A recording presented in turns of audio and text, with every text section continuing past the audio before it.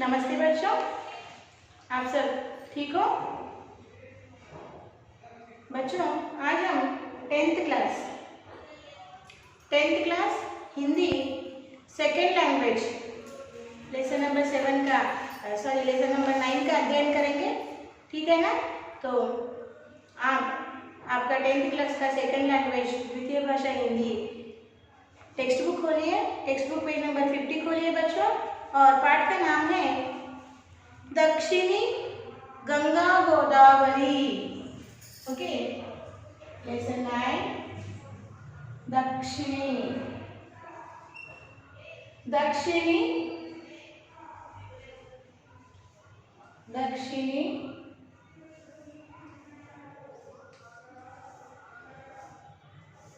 गंगा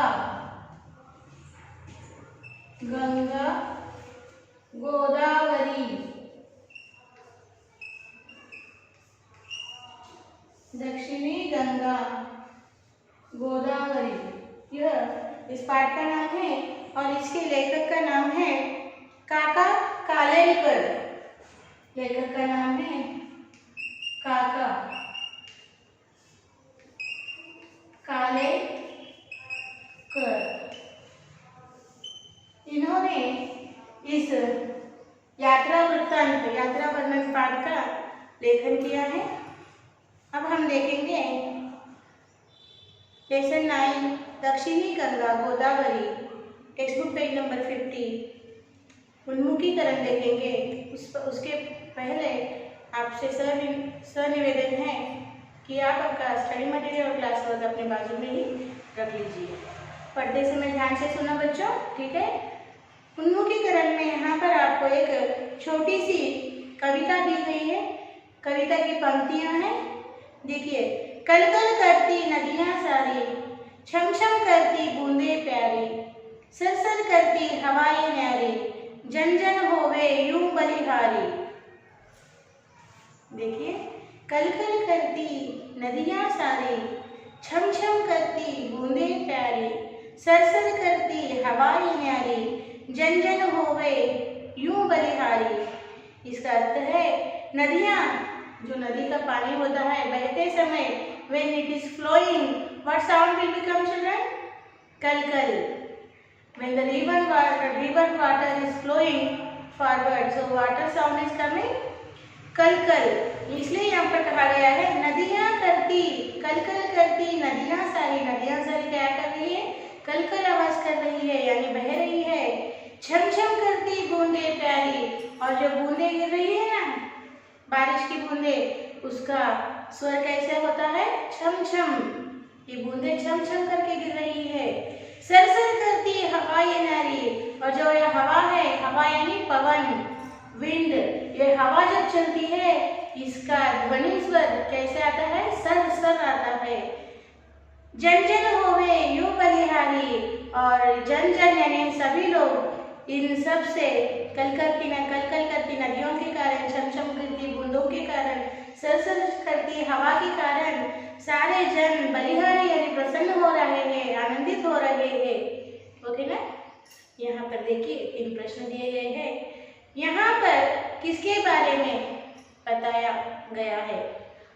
और दूसरा प्रश्न है दक्षिण भारत की कुछ नदियों के नाम बताइए। और तीसरा प्रश्न है गोदावरी नदी के बारे में आप क्या जानते हैं? तो इन प्रश्नों के उत्तर हम स्टडी मटेरियल से पढ़ेंगे बच्चों। ओके, आप भी आपका स्टडी मटेरियल आपको खोलना है, और स्टडी मटेरियल पेज नंबर आपको खोलना है पेज नंबर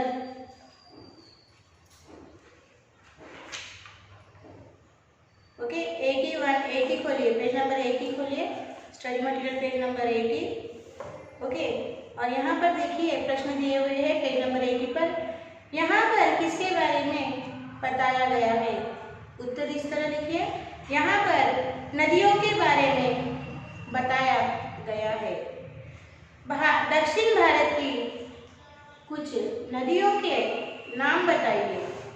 तो आपको इस तरह उत्तर लिखना है। दक्षिण भारत की नदियों के नाम गोदावरी, कृष्णा, कावेरी, तुंगभद्रा, पेरियार, नीला, पंपा, बैघा, पालार आदि दक्षिण भारत की कुछ नदियों के नाम हैं।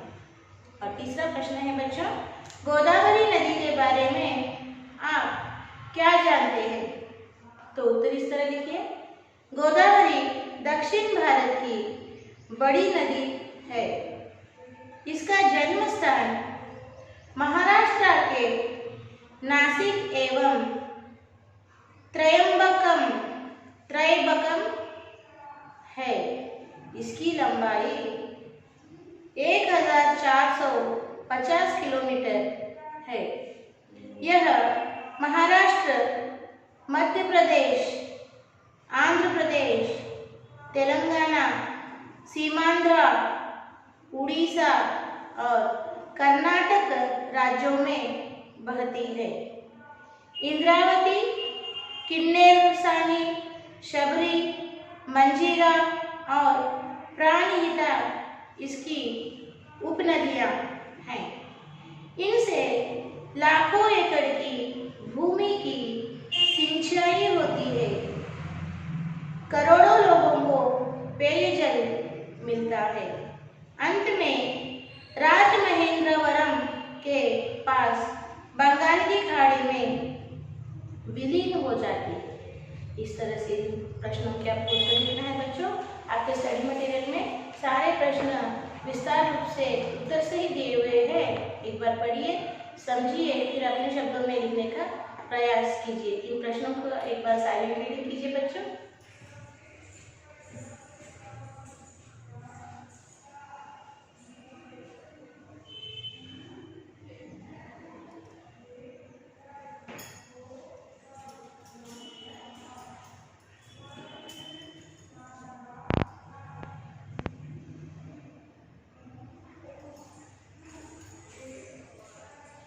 हो गया साइलेंट रीडिंग। अब हम इस पाठ के अगले भाग के बारे में जानेंगे। अगला भाग है उद्देश्य। इस पाठ को, इस यात्रा वृत्तांत यानी यात्रा वर्णन, हम जब कभी किसी जगह यात्रा करने जाते हैं, ट्रैवलिंग करने जाते हैं, तब हम उसका वर्णन करते हुए अपने साहित्य की रचना करते हैं। उसे यात्रा वृत्तांत, यात्रा रिपोर्ट भी कहते हैं। ओके, यह इस पाठ में इस यात्रा वृत्तांत को देने का उद्देश्य क्या है हम जानेंगे। छात्रों को यात्रा वृत्तांत साहित्यिक विधा का ज्ञान कराते हुए उनमें लेखन करने की प्रवृत्ति का विकास करना, यात्रा वृत्तांत की भाषा शैली से परिचित कराना और इसके साथ साथ लेखक काका कालेलकर का परिचय कराते हुए उनकी भाषा व रचना शैली का ज्ञान कराना इस पाठ का उद्देश्य है। इस पाठ को इस 10वीं के सेकंड लैंग्वेज यानी द्वितीय भाषा हिंदी के पाठ्य पुस्तक में देने के पीछे मुख्य उद्देश्य क्या है? आपको, आप सभी छात्राओं को यात्रा वृत्तांत साहित्य से परिचित कराना कि यात्रा वृत्तांत साहित्य किस तरह से उसकी रचना की जाती है और उसमें किस तरह की भाषा शैली का उपयोग होता है, और आपको भी यात्रा वृत्तांत लिखने के लिए प्रेरित करना, एनकरेजमेंट करना, और उसी तरह काका कालेलकर लेखक का परिचय कराते हुए काका कालेलकर अपने साहित्यिक रचनाओं में किस तरह की भाषा शैली का उपयोग करते हैं उसका ज्ञान आप सभी छात्राओं को देना इस पाठ का मुख्य उद्देश्य है बच्चों। और अगला भाग है विधा विशेष। यात्रा वृत्तांत यह गद्य की एक प्रमुख विधा है। यात्रा वृत्तांत पाठ में लेखक किसी दर्शनीय स्थल से संबंधित अपनी यात्रा की अनुभूतियों को रोचक और ज्ञानवर्धक ढंग से प्रस्तुत करता है। प्रस्तुत पाठ दक्षिणी गंगा गोदावरी भी श्री काका कालेलकर द्वारा रचित यात्रा वृत्तांत पाठ है, जो उनकी रचना सप्तसरिता से लिया गया है। इसमें लेखक ने गोदावरी नदी के प्राकृतिक सौंदर्य का वर्णन किया है।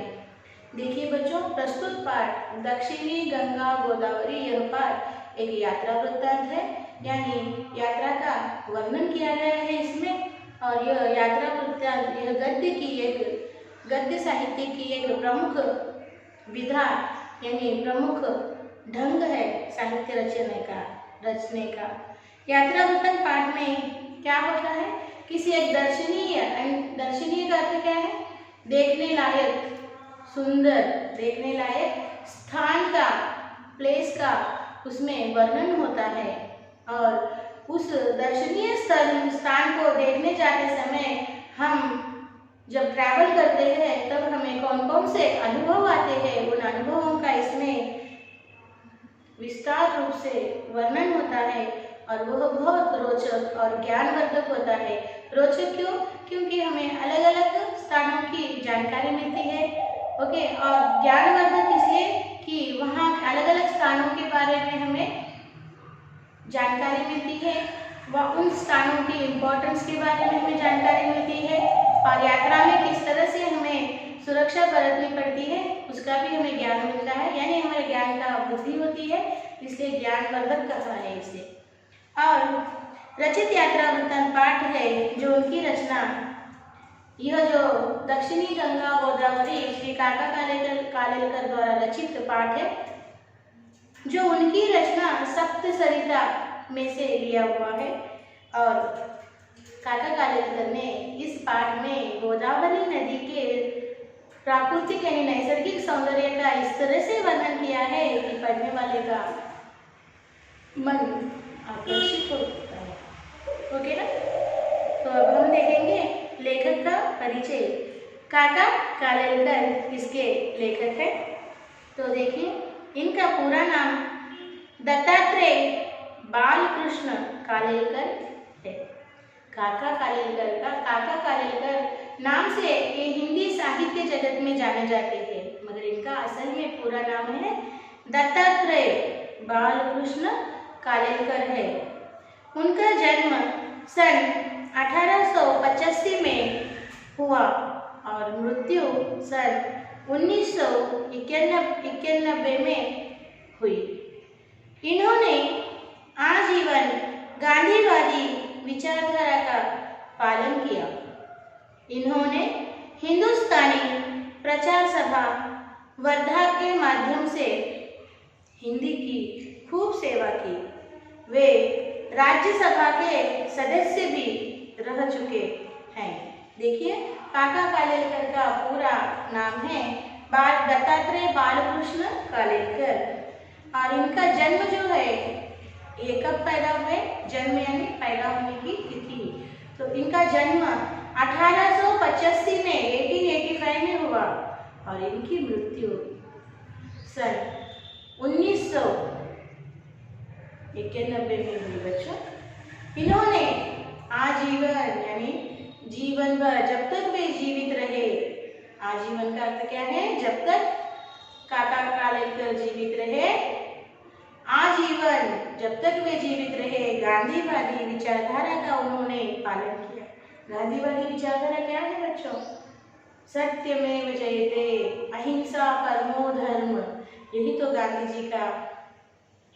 जी की विचारधारा है। सत्य और अहिंसा के मार्ग से हम अन्याय के विरुद्ध हमें लड़ना है और हमें न्याय पाना है, यही गांधी जी की विचारधारा है।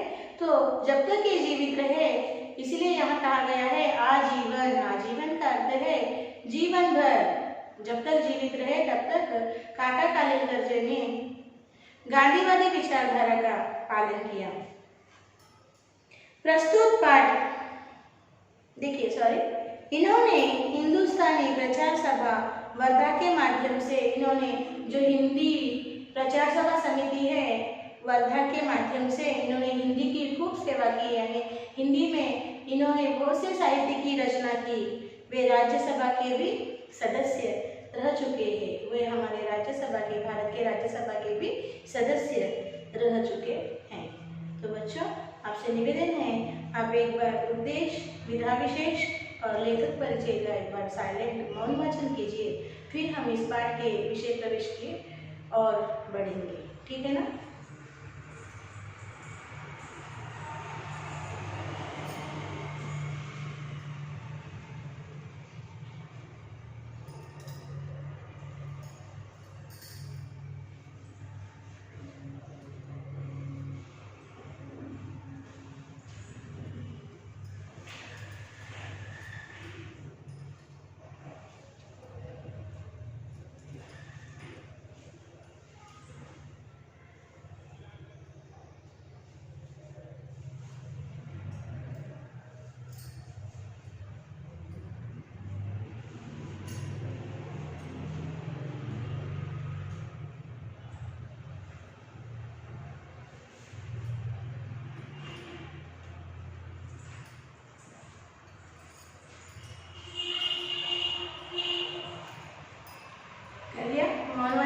Reading is very important, okay ना बच्चों।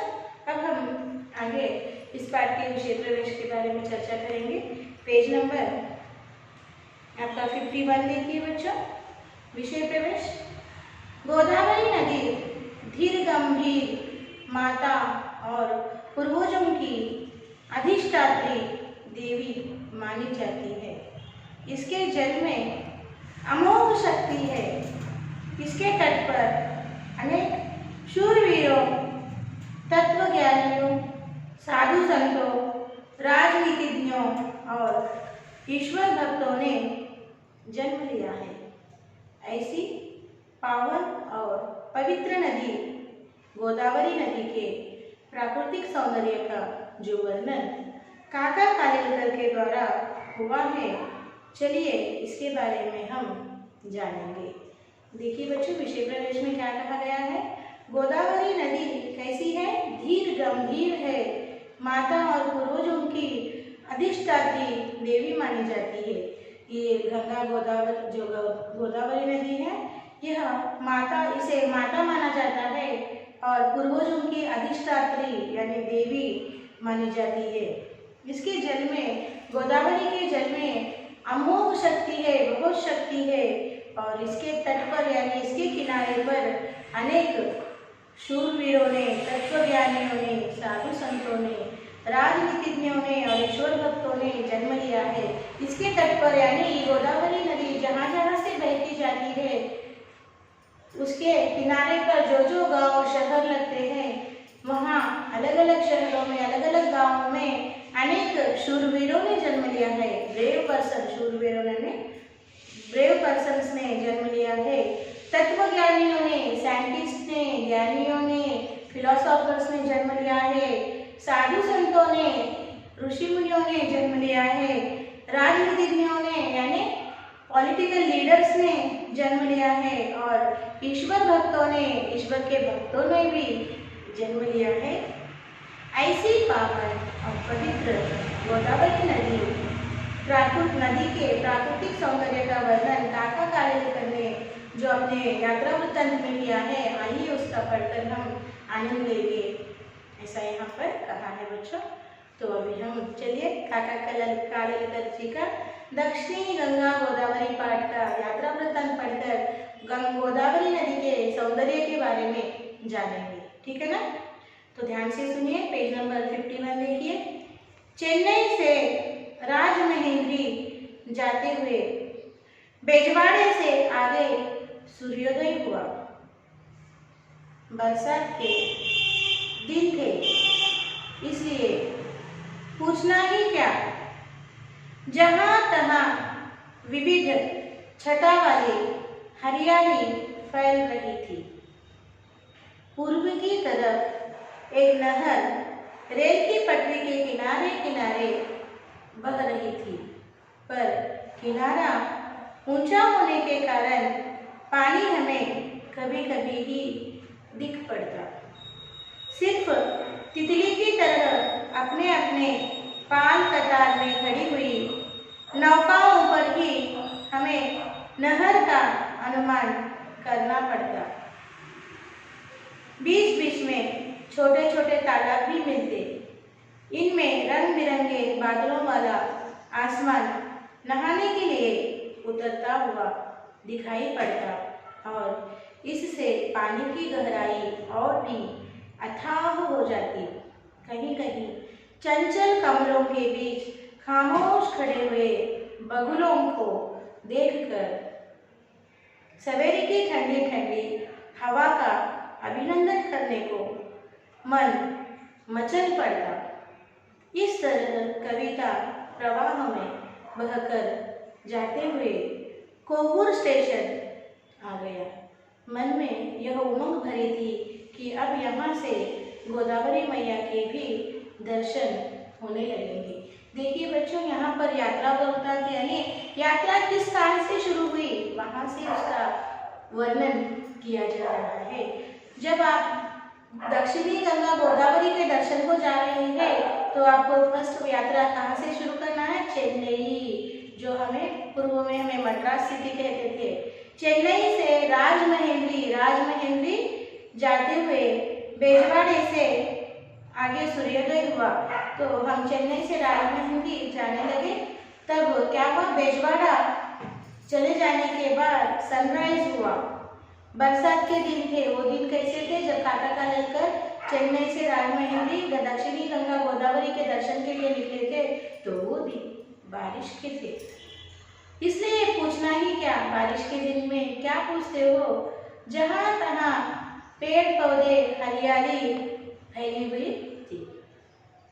पूर्व की तरफ यानी जिधर से सनराइज होता है उस दिशा को पूर्व दिशा कहते हैं बच्चों। सो सनराइज कौन सी दिशा में होता है? East side. सो पूर्व की दिशा, पूर्व की साइड, पूर्व की तरफ यानी पूर्व की साइड एक नहर यानी कि कैनाल, एक कैनाल रेल की पटरी के किनारे किनारे बह रही थी। रेल ट्रैक है ना, उसके बाजू में से एक कैनाल बह रही थी। One canal is flowing beside the railway track only. पर किनारा ऊंचा होने के कारण बट वो नहर के बाजू में किनारा ऊंचा था, यानी ऊंचा ओड्डू बोलते ना, वो ओड्डू बहुत ऊंचा था। और रेल में बैठकर उस किनारा ऊंचा होने के कारण उस नहर का किनारा यानी that canal is flowing from there, no that side walls are, the canal side walls are very heighted. So due to that we can't see water. Okay, so we can't see water, but the canal is flowing beside the railway track. सिर्फ तितली की तरह अपने अपने पाल कतार में खड़ी हुई नौकाओं पर ही हमें नहर का अनुमान करना पड़ा। But how can we find out? There is one canal is flowing beside the track. How? Some boats are there, like butterfly. They are flowing on the water, and by looking at that boats, we thought there is a canal flowing beside the railway track. समझ में आया? उस किनारे के railway track के किनारे किनारे एक नहर यानी एक कैनाल बह रहा है। इसका पता हमें कैसे चला बच्चों? हमें तो कैनाल का पानी दिखाई नहीं दे रहा रेल में बैठकर, ट्रेन में बैठकर, क्योंकि कैनाल के जो साइड वॉल्स थे वो बहुत हाइट पे थे। हम सिर्फ कैनाल के पानी के अंदर जो बोट्स थे उन बोट्स को देखकर हमने अंदाजा लगाया कि वहाँ पर एक कैनाल बह रहा है। और उस कैनाल को बीच बीच में छोटे छोटे पॉन्ड्स भी आकर मिल रहे हैं। पॉन्ड्स यानी तालाब भी आकर मिल रहे हैं। इनमें रंग बिरंगे बादलों वाला, इन तालाबों में रंग बिरंगे बादलों वाला आसमान नहाने के लिए उतरता हुआ दिखाई पड़ता है। देखिए, आसमान कभी तालाब के पानी में नहाने के लिए उतरता है बच्चों? नहीं ना। तो साहित्य की रचना करते समय कल्पना शक्ति के सहारे इस तरह से काल्पनिक शब्दों का उपयोग होता है, यानी इमेजिनेशन किया जाता है कि सब आसमान तालाब के पानी में नहा रहा है, यानी बात ले रहा है, स्नान कर रहा है। वैसे तो तालाब नहीं रहा था। इसका अर्थ क्या है? जो स्काई है ना, उसका शैडो पॉन्ड के पानी में दिख रहा है। जो पॉन्ड यानी तालाब, चेरू बोलते ना, ఆ చెరువు నీళ్ళలో ఆకాశం ప్రతిబింబం కనపడుతుంది. సో ఇక్కడ టాటా కాలేకర్ ఏమన్నారంటే, అలా ఇట్లా అనిపిస్తుంది, ఆ ఆకాశం ఈ చెరువు వాటర్లో స్నానం చేస్తుంది, ఇట్లా इमेजिनेशन చేయడం జరిగింది. ఓకేనా? सो अभी मैंने आपको तेलुगु में क्यों बताया, ताकि आपको समझने में आसानी हो. ओके, तो देखिए, रंग बिरंगे बादलों वाला आसमान नहाने के लिए उतरता हुआ दिखाई पड़ता है. अभी बताया ना, वो आसमान की परछाई यानी शैडो, रिफ्लेक्शन तालाब के पानी के अंदर दिख रहा है. इसलिए टाटा कालेकर ने कहा है कि ऐसे लगता है कि आकाश रंग बिरंगे बादलों यानी क्लाउड्स, बादल यानी क्लाउड्स, मब्बुलू बोलते ना, रंग बिरंगे क्लाउड्स के साथ इस तालाब के पानी में स्नान कर रहा है, ऐसे दिखाई दे रहा है. और इससे पानी की गहराई और भी अथाह हो जाती है. जब आकाश का प्रतिबिंब पानी में दिखता है, ఎప్పుడైతే ఆకాశం ప్రతిబింబం నీళ్ళలో కనపడుతుంది పిల్లలు, అప్పుడు మనకు ఆ నీళ్ళు తొంగి చూసినప్పుడు చాలా లోతుగా ఉన్నట్టు కనిపిస్తుంది కదా. సో हिंदी में इसको कहा गया है, इस आकाश का प्रतिबिंब जब पानी में दिख रहा है, ऐसा लग रहा है कि आकाश पानी में नहा रहा है तालाब के, और ऐसा हमें पता हो रहा है कि इस पानी का जो गहराई है बहुत बढ़ गई है. Slow deep able to see. Okay, आगे देखिए, कहीं कहीं चंचल कमलों के बीच खामोश खड़े हुए बगुलों को देखकर सवेरे की ठंडी ठंडी हवा का अभिनंदन करने को मन मचल पड़ता. देखो, और इस तालाब के पानी में बगुलों को देखकर, बगुला क्रेन. ओके, చెరువులో ఏముంటే కొంగలు అంటారు కదా, కొంగ అంటారు కదా మీరు క్రేన్కి. सो पानी के अंदर, तालाब के पानी के अंदर जो क्रेन बर्ड्स खड़े हुए हैं और सुबह सुबह में ठंडी ठंडी हवा आ रही है, ऐसा देखकर लगता है कि उस हवा का अभिनंदन करे, कांग्रेट्स करे, ऐसा हमारा मन मचल पड़ रहा है. इस तरह कविता प्रवाह में बहते जाते हुए इस तरह से हम उस यात्रा का आनंद ले रहे थे. उतने में ही कोवूर स्टेशन आया और मन में यह उमंग, यह आकांक्षा, आप కోరిక बोलते ना. ఓకే, మనసులో ఈ కోరిక వచ్చింది. ఇప్పుడు మనకు గంగా గోదావరి నది చూడడానికి మనం చూడవచ్చు. గంగా గోదావరి నది కొవ్వూరు స్టేషన్ నుంచి గంగా గోదావరి నది మనం చూడగలుగుతాము. ఇట్లా ఆ ఇమోషన్తోని మనకు ఏమొచ్చింది, ఆనందం. ఓకే, సో మనసు హ్యాపీగా ఫీల్ అయింది అన్నట్టు. ओके, सो कोवूर स्टेशन आया और मन में उमंग भरे कि, मन में उत्साह, उमंग, आनंद भरा कि हमें अब गोदावरी नदी के दर्शन करने मिलेंगे. ओके, यहाँ तक का पाठ एक बार आप साइलेंटली भी कीजिए, मौन वाचन कीजिए, फिर हम अगले भाग की चर्चा करेंगे बच्चों.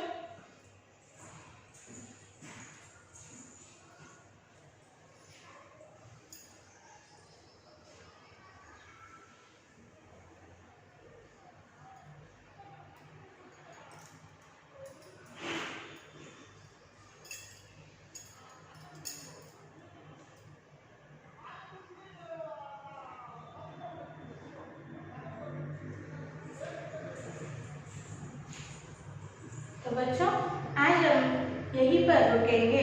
इस पाठ के शेष भाग का अध्ययन हम अगले सेशन में करेंगे. तो आज का हमारा साक्षी आपको इस तरह लिखना है बच्चों. साक्षी लिखिए, साक्षी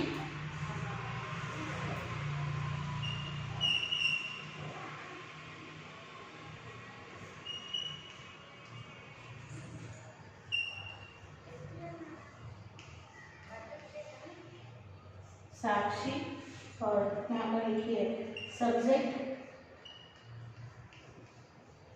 हिंदी, सेकेंड लैंग्वेज, क्लास लिखिए 10th क्लास, और HW लिखिए learn and right question and answers and meanings wrong.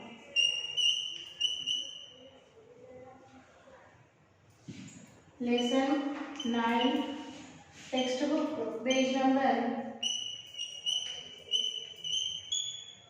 50 in HW, one time.